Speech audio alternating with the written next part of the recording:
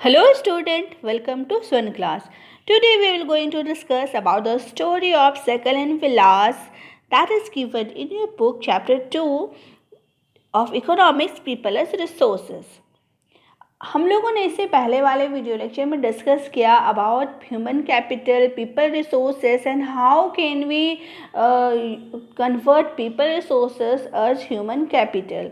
हम लोगों ने पढ़ा कि किस तरह से एक ह्यूमन रिसोर्सेस को हम लोग उनमें इन्वेस्टमेंट करके investment like education, skill training and health care, ये सब इन्वेस्टमेंट करके हम लोग किस तरह से एक पीपल रिसोर्सेस को हम लोग एक ह्यूमन कैपिटल में कन्वर्ट कर सकते हैं. इसके बारे में वीडियो लेक्चर हम लोगों ने देख लिया ऑलरेडी. और हम लोगों ने पढ़ा कि हम लोग क्या है, हम लोग को एक एसेट बनना है, एक लायबिलिटी नहीं बनना है for the economical growth, right. तो अगर आप लोग वो वीडियो नहीं देखे हो तो go and watch that video also, because ये सारा वीडियो लेक्चर बहुत इंपॉर्टेंट होने वाला है आपके इस चैप्टर के लिए. पीपल एज रिसोर्सेस जो चैप्टर है ये बहुत इंपॉर्टेंट है. तो इस वीडियो के लिए आप लोगों को हर एक वीडियो लेक्चर को देखना बहुत ज़्यादा ज़रूरी है, राइट. तो आज हम लोग एक डिफरेंसेस को देखेंगे. पिछले वाले वीडियो लेक्चर में जो हम लोगों ने डिस्कस किया था कि किस तरह से अगर हम एक इंसान पे इन्वेस्ट करें तो इन्वेस्ट किस चीज़ पे, जैसे कि हम कोई भी मटेरियल पे इन्वेस्ट करते हैं तभी वो एक यूज़फुल होता है. फॉर एग्ज़ाम्पल कॉटन एक रॉ मटेरियल है, हम उस पर इन्वेस्ट करते हैं, उस पर उसको इंडस्ट्रीज़ में लेते हैं, उससे थ्रेड बनता है, उससे क्लोथ्स बनाए जाते हैं. तो उस पर इन्वेस्टमेंट हुआ, वो इन्वेस्टमेंट के बाद ही उसे क्लोथ बनते हैं, तो हमें कुछ उसके बाद रिटर्न मिलता है. यानी कि क्लोथ हम जब होलसेल मार्केट में बेचते हैं तो बदले में हमें फिर रिटर्न मिलता है जो सारा हमने कुछ इन्वेस्ट किया था. सेम वही थिंग्स यहाँ भी अप्लाई होते हैं. अगर हम ह्यूमंस के ऊपर इन्वेस्ट करें, इन्वेस्टमेंट कैसी होनी चाहिए हमारी, एजुकेशन के बेसिस पे, अच्छा एजुकेशन, फिर well trained skilled training skills and health care, ये तीनों इन्वेस्टमेंट अगर हम किसी भी ह्यूमन के ऊपर में करेंगे तो बदले में वो ह्यूमन बीइंग क्या बन जाएगा, एक एसेट बन जाएगा हमारी कंट्री के लिए. ठीक है. तो अभी जो हम लोग ये सोचते हैं कि हमारी कंट्री में 120 करोड़ की जनता है तो बहुत ज़्यादा परेशानी है, तो तब अगर हम लोग हर एक के ऊपर में अगर ये हम लोग कर दें, इन्वेस्टमेंट कर दे, तो ये हमारी कंट्री क्या है, अंडर डेवलप्ड से डेवलप्ड कंट्री बन जाएगी, राइट. तो आज हम लोग इस डिफरेंसेस को समझेंगे और भी क्लियरली समझेंगे. दो एग्जाम्पल देखें, ये दोनों एग्जाम्पल मैंने आपके बुक से लिया है. यहाँ दो लड़के की जिक्र है, एक है सकल, दूसरा है विलास. ठीक है, ये आपके एनसीईआरटी बुक में है ये वाली स्टोरी. तो देखो, सबसे पहले हम सकल की फैमिली की ओर चलते हैं कि उसके क्या क्या वो है. तो वो एक वेल स्टेबल्ड फैमिली है. ठीक है, सकल की जो फैमिली है वो एक बहुत stabled family, well stable family है. यानी कि उसके परिवार में उसके पिता जो है वो खेत में काम करते हैं, उनका खेत है, और इसके बाद उसकी माँ भी घर में काम करती है. ठीक है, और उसके भाई बहन भी है, उसके जो एक चाचा भी है, उसके वो मैट्रिक एग्ज़ाम दे चुके हैं. यानी कि उसकी जो फैमिली है वो अच्छा खासी स्टेबल फैमिली है और किसी तरह का कोई दिक्कत नहीं है परिवार में.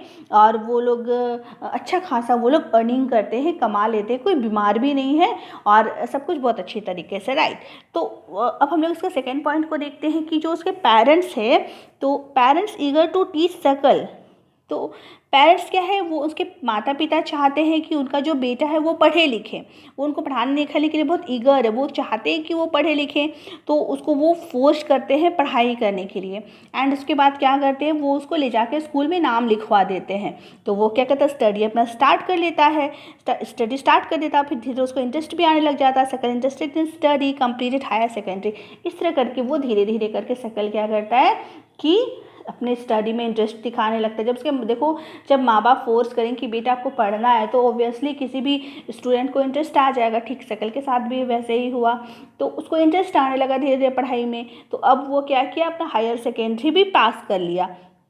तो उसके माता पिता अब यहीं तक नहीं रुके, वो सोचे कि देखो अब इतना अच्छा पढ़ लिया, अब इसको और कुछ हम करा देते हैं. तो उसके पिता क्या किए, लोन लिए और वोकेशनल कोर्स कराएं। तो वोकेशनल कोर्स में क्या कराएं, वो एक कंप्यूटर का कोर्स उसको करा देते हैं, वो उसके लिए लोन भी निकालते हैं और उसको फोर्स भी करते हैं कि ठीक है तुम आगे जाके पढ़ाई करो और सारा कुछ बंदोबस्त क्या करेंगे, हम लोग कर देंगे, क्योंकि वो लोग चाहते थे उसका बेटा पढ़ लिख के बड़ा आदमी बने।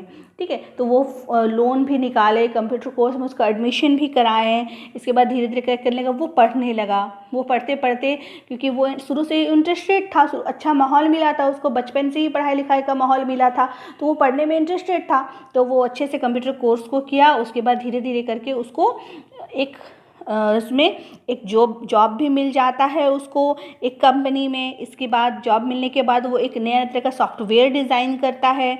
जब वो सॉफ्टवेयर डिज़ाइन करता है तो उसके बनाए हुए सॉफ्टवेयर से क्या है, जो कंपनी की सेल क्या हो जाती है, वो बढ़ जाती है।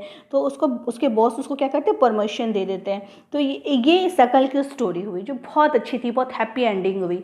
ठीक है, हम लोगों ने देखा कि किस तरह से उसके माता पिता उसको पढ़ाई के लिए फोर्स करते बचपन से ही, एंड वो पढ़ते गया, फाइनली उसको जॉब भी मिल गई एंड वो एक वेल स्टेबल्ड बन गया।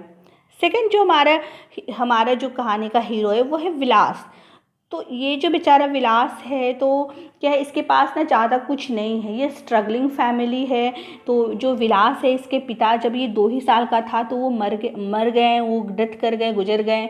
और वो उसके पिता एक फिशरमैन थे, तो वो ज़्यादा कुछ नहीं छोड़ के जा सके, क्योंकि जानते हैं फिशरमैन लोग, ये लोग जो फिशरमैन्स वेंडर्स होते हैं, ये रोज़ कमाने खाने वाले लोग होते हैं, इनका कोई बहुत बड़ा बैंक बैलेंस नहीं होता है। तो वो फिशरमैन थे, वो 2 साल, जब ये 2 साल का था तब वो डेथ हो गया। तो फिर उसकी माँ जो है वो मछली बेचने का काम करने लगी। परिवार को तो पालना पोसना है ही, और भी भाई बहन थे इसके परिवार में। तो अब उसकी माँ क्या करती, उसकी माँ गीता जो वो मछली बेचती थी, अपने परिवार को पालती पोसती थी। फिर यहाँ वहाँ से वो कभी ज़मींदार के तालाब से मछली खरीदती, कभी कोई फिशरमैन से मछली खरीदती थी, और वो उसको अगल बगल बेच देती थी। तो मुश्किल से 20 या 30 रुपये का फ़ायदा होता था उसको। तो घर के हालात जो थे वो बहुत ही ख़राब थे, बहुत लो इनकम होता था, जिसकी वजह से क्या हुआ, जो हेल्थ स्टेटस है उस पर भी असर पड़ने लगा। तो आप सोचोगे कि हेल्थ स्टेटस पे कैसे असर पड़ने लगा, लो इनकम। देखो ऐसा होता है कि लो इनकम है तो हम अच्छा खा पी नहीं सकते हैं, राइट। इनकम कम है मतलब हमारा आमदनी कम हो रहा है, तो ऑब्वियसली हम अच्छा खान पान नहीं करेंगे। तो अगर हम अच्छा खान पान नहीं करेंगे, हेल्दी फूड्स नहीं खाएंगे, तो हमारी तबीयत तो ख़राब रहेगी ही ना।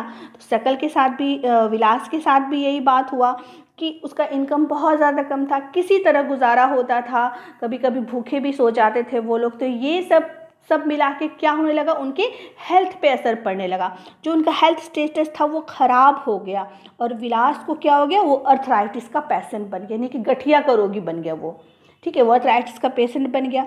अब क्या है, वो तो ऑलरेडी बीमार है, घर में पैसे नहीं है, ऐसे कंडीशन में वो तो पढ़ाई के बारे में सोच भी नहीं सकता था। तो उसकी माँ क्या कि उसको कोई एडमिशन नहीं करवाई स्कूल में। कैसे करवाती, एक तो पैसे नहीं थे एडमिशन करवाने के लिए, ऊपर से वो सोची कि अगर ये बच्चे स्कूल चल जाएगा तो थोड़ा बहुत जो मेरा हाथ बटाता है वो भी नहीं कर पाएगा, तो अच्छा होगा कि हम इसको अपने साथ अपने काम पे लेके जाएं, कम से कम मेरा हेल्प तो करेगा, 4 पैसा ज़्यादा आएगा घर में। कोई पढ़ा लिखा नहीं हो उसको, उन लोग कोई अर्निंग नहीं हुआ उसका। अब देखो वो पढ़ाएगा लिखेगा ही नहीं तो कहाँ से कमा पाएगा। वो तो बचपन से अपनी माँ के साथ था, मछली बेचने के लिए चला जाता था क्योंकि उसकी माँ उसको अपने साथ रहती थी। देखो इसमें उसकी माँ की भी कोई गलती नहीं थी, क्योंकि कंडीशन ही ऐसा था ना, कंडीशन ही ऐसा था। तो अब क्या है, वो उसका अर्निंग नहीं हुआ। तो इसके बाद क्या होता है कि जब उसकी माँ का एक दिन डेथ हो जाता है, तो अब सारी जिम्मेदारी किस पे आ जाती है, विलास पे आ जाती है। तो बेचारा विलास, उसने ना तो अच्छी पढ़ाई की थी, ना ही उसका हेल्थ स्टेटस अच्छा था, वो खुद ऑलरेडी एक बीमार व्यक्ति था। इसके बाद फिर पढ़ाई भी नहीं था, कोई जॉब नहीं था, ऐसे में उसके पास परिवार की सारी जिम्मेदारी आ जाती है, क्योंकि माँ बाप दोनों गुजर गए। तो अब क्या करेगा, वो बचपन से वो मछलियाँ ही बेचता आ रहा है माँ के साथ, तो वही काम उसके लिए बचा, क्योंकि कोई और जगह तो उसको काम मिलेगा नहीं, क्योंकि उसने प्रॉपर पढ़ाई नहीं की है, वो कुछ नहीं जानता, कोई जॉब स्किल नहीं है, कोई ट्रेनिंग नहीं है उसके पास, तो उसको कहाँ कोई काम देगा। तो इसीलिए वो क्या किया, वो बचपन से जो काम करते आया था अपनी माँ के साथ मछलियाँ बेचने वाला, वही काम करा है। और बहुत थोड़े से वो उसका इनकम जो था वो बहुत थोड़ा होता था, वो भी मीगर इनकम। तो यानी कि ये जो है वो चला गया उस जनरेशन से, उसकी माँ को भी थोड़ा इनकम हुआ करता था, इस जनरेशन में इसके बेटे को भी वही हो रहा है। तो कहने का मतलब है कि ये बहुत डिपेंड करता है कि किस तरह से एक जो फैमिली है तो ये बहुत डिपेंड करती है कि हमारी फैमिली किस टाइप की है एंड वो हमें कितना सपोर्ट कर रही है। ये दो डिफरेंसेस हम लोगों ने देखा सकल एंड विलास का। सकल एक बहुत अच्छा फैमिली से बिलोंग किया, ठीक है, एंड सारा कुछ उसके बहुत बहुत अच्छा हो गया उसके पास। तो हम लोग देखें कि सकल स्कूल भी जाता था, विलास स्कूल भी नहीं गया। सकल शारीरिक रूप से भी बहुत हष्ट स्वस्थ था क्योंकि वो वेल स्टेबल था, तो उसके पास किसी चीज़ की कमी नहीं थी, अच्छा खाता पीता था और उसको डॉक्टर के पास भी ज़रूरत नहीं पड़ा। जबकि विलास गठिया का रोगी था, आर्थराइटिस था, तो बार बार उसको डॉक्टर के यहाँ उतना पैसा भी नहीं होता था। फिर सकल को एक अच्छा जॉब मिला लेकिन विलास को फिशिंग सेल करने की। तो देखो क्या हम लोग क्या देखें इसमें कि सकल को अच्छा जॉब मिला कैसे।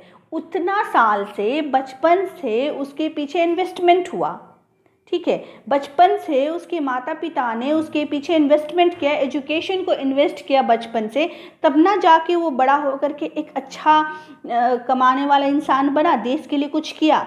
वहीं विलास के ऊपर कोई इन्वेस्टमेंट नहीं किया गया, कोई एजुकेशन नहीं दिया गया, ना प्रॉपर हेल्थ ट्रेनिंग दिया गया, ना प्रॉपर ट्रेनिंग वगैरह दिया गया, कुछ नहीं दिया गया, तो उसको कोई इन्वेस्टमेंट नहीं किया गया, तो वो कुछ नहीं दे पाया, देश को कुछ भी नहीं दे पाया, ठीक है। तो ये हम लोग देखते हैं। तो जो इन्वेस्टमेंट हम लोग करते हैं, इन्वेस्टमेंट किस रूप में होता है, एजुकेशन के रूप में इन्वेस्टमेंट कर सकते हैं, अच्छे हेल्थ केयर के रूप में इन्वेस्टमेंट कर सकते हैं, ट्रेनिंग के रूप में इन्वेस्टमेंट कर सकते हैं। तो ये क्या कहता है, investment can give high rates of return in the future. अगर हम किसी भी इंसान में इन्वेस्ट करेंगे तो बदले में हमें क्या होगा, एक अच्छा भविष्य मिलेगा, ठीक है। ये बस उसी तरह है, किस तरह, जिस तरह से अगर हम कोई फैक्ट्री वगैरह लगाते हैं तो उसमें हम इन्वेस्ट करते हैं ना, इन्वेस्ट करते हैं तभी तो बदले में हमें अच्छा रिटर्न मिलता है। अगर हम कहीं पे पैसा लगाएंगे ही नहीं तो बदले में तो हमें कुछ भी नहीं मिलेगा ना। तो बस ये वही चीज़ है, हम जब तक हम अवेयर नहीं होंगे एजुकेशन के लिए, तब तक जब तक हम एजुकेशन पे इन्वेस्ट नहीं करेंगे तब तक हम रिटर्न में कुछ नहीं पाएंगे, ठीक है। आज भी बहुत लोग जगह में बच्चों को काम पे लगा दिया जाता है, तो ये गलत है। वो बच्चे पे अगर हम पढ़ाई किसी भी तरह करके, हम चाहे खुद भी कुछ भी क्यों ना करें, बट अगर हम बच्चों को अच्छे से शिक्षा देंगे, पढ़ाएंगे, क्योंकि बचपन से ही नींव बनती है शिक्षा की, तो हम अच्छे से देंगे तो फ्यूचर उसमें हम अच्छा रिटर्न करेंगे, फ्यूचर मतलब अच्छा होगा उसका, ठीक है। अब देखो बहुत ज़रूरी है क्योंकि एक educated parent invest more heavily on the education of their child. एक एजुकेटेड पेरेंट्स, जो एक पढ़ा लिखा पेरेंट्स होता है, वही सोचता है पढ़ाई लिखाई के बारे में, वही अपने बच्चे को पढ़ाएगा लिखाएगा, फिर अपने बच्चे को अच्छा हेल्थ स्टेटस देगा, क्योंकि उसको पता है कि अगर हम बच्चे को पढ़ाएंगे लिखाएंगे तो ही मेरा बेटा एक दिन कुछ करेगा, और फिर अगर अच्छा से पढ़ाना लिखाना तो खान पान पे भी ध्यान देगा, अच्छा हेल्थ स्टेटस रखेगा। तो यानी कि एक जो शिक्षित माता पिता होते हैं वो क्या होते हैं, वो बच्चों के उचित पोषण और उसके हेल्थ के प्रति अवेयर होते हैं, उसके पढ़ाई लिखाई, उसके स्कूल एजुकेशन एंड अच्छे हेल्थ का भी सबका ध्यान रखते हैं। तो इस तरह से एक ही साइकिल बन जाता है, एक वर्चुअल साइकिल बन जाता है। Virtual cycle is created in this case, यानी कि वो अपने बच्चे, एजुकेटेड पेरेंट्स अपने बच्चे को अच्छा पढ़ाएंगे लिखाएंगे तो फिर वो एक अच्छा सिटीजन में डेवलप्ड होगा, फिर वो भी अपने बच्चे को अच्छा पढ़ाएगा लिखाएगा क्योंकि वो ऑलरेडी एजुकेटेड है। बस ये एक साइकिल की तरह बनते जाता है और धीरे धीरे करके इसी तरह करके देश डेवलप्ड हो जाता है। एक और साइकिल होता है, ठीक है, इसके अलावा एक और साइकिल होता है जो खराब चलता है, यानी कि माँ बाप अनएजुकेटेड है, माँ बाप ही कहीं पे नौकरी कर चाहते कि मेरा बच्चा नहीं पढ़े और मेरे साथ साथ काम करे ताकि प्रॉफिट ज़्यादा हो, वो ऐसा सोचेंगे और वो अपने बच्चे को भी नहीं पढ़ाएंगे, तो वो अपने साथ साथ अपने बच्चे को भी काम पे लगा देंगे, वो ज़्यादा कुछ पढ़ेगा नहीं, फिर वो भी अपने बेटा को भी ऐसे ही काम पे लगा देगा। तो ये दो साइकिल चलता है, दो साइकिल है हमारे समाज में, सोसाइटी में, हमारे कंट्री में। एक अच्छे वाली साइकिल है, एक बुरी वाली है। तो अगर जब वो अनएजुकेटेड वाली साइकिल डेवलप्ड ज़्यादा चलने लगेगी तो हमारा जो कंट्री डेवलप नहीं कर पाएगा। इसलिए हमें ये वर्चुअल साइकिल जो एक अच्छे वातावरण को डेवलप करती है, हमें उससे ही आगे बढ़ाना है। इसीलिए सरकार बहुत ज़ोर दे रही है अच्छी शिक्षा पर, अच्छे एजुकेशन पे, ट्रेनिंग पे, वोकेशनल कोर्सेज पे, अच्छे हेल्थ केयर पे। इसलिए गवर्नमेंट हमारी बहुत ज़ोर दे रही है। Because developed country invested in human resources. जो हमारे डेवलप्ड कंट्री होते हैं, जैसे जापान को ही ले लो, तो अब देखो, जो हमारे डेवलप्ड कंट्री होते हैं, एक बात गौर करना, उनके पास नेचुरल रिसोर्सेज नहीं होते हैं, उनके पास ज़्यादा खेत नहीं है, उनके पास ज़्यादा ज़मीन नहीं है, लेकिन फिर भी वो डेवलप्ड है। अगर ऐसा सोचोगे ना कि हमारे जैसे कि बहुत ज़्यादा खेत हुआ तो रॉ मटेरियल बहुत ज़्यादा हो रहा है, इंडस्ट्रीज़ बहुत ज़्यादा बन रहे तो फ़ायदा है, ऐसा नहीं कुछ है।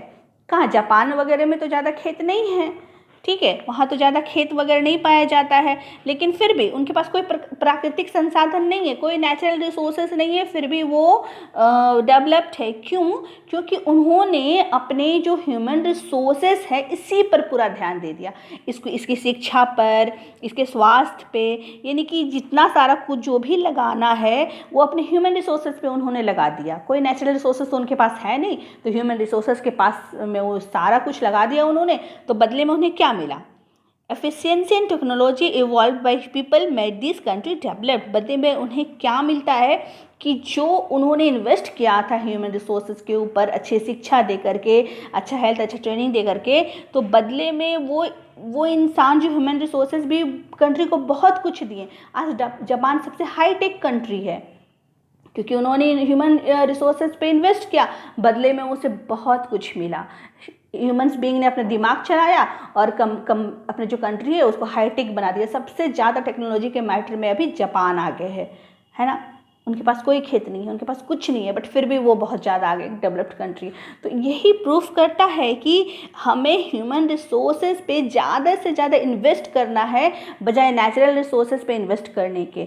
जितना ज़्यादा हम ह्यूमन रिसोर्सेज पे इन्वेस्ट करेंगे उतना ही ज़्यादा हमारी कंट्री को रिटर्न मिलेगा एंड उतना ही ज़्यादा हम डेवलप्ड कंट्री बनते जाएंगे, राइट। तो आई होप कि ये वाली जो डिफरेंसेस थी, क्यों थी एंड क्यों ज़रूरी है ह्यूमन रिसोर्सेज पे इन्वेस्ट करना, ये आप लोगों को बेटर समझ में आ गया होगा। इन्वेस्टमेंट वो क्या क्या इन्वेस्टमेंट है? Education, health care and proper training, ये इन्वेस्टमेंट जो हमें ह्यूमन रिसोर्सेज पे करना है। नेक्स्ट हमारा जो टॉपिक होगा वो होगा ह्यूमन बीइंग के इकोनॉमिकल एक्टिविटीज़ पे, कि ह्यूमन बीइंग्स क्या क्या इकोनॉमिकल एक्टिविटीज़ करते हैं। तो वो वाली वीडियो भी ज़रूर देखना आप लोगों को, तभी धीरे धीरे करके ये पूरा चैप्टर आप लोगों को क्लियर हो जाएगा। सो आई होप कि you like my video, then if you like my video then subscribe my channel. Thank you for watching.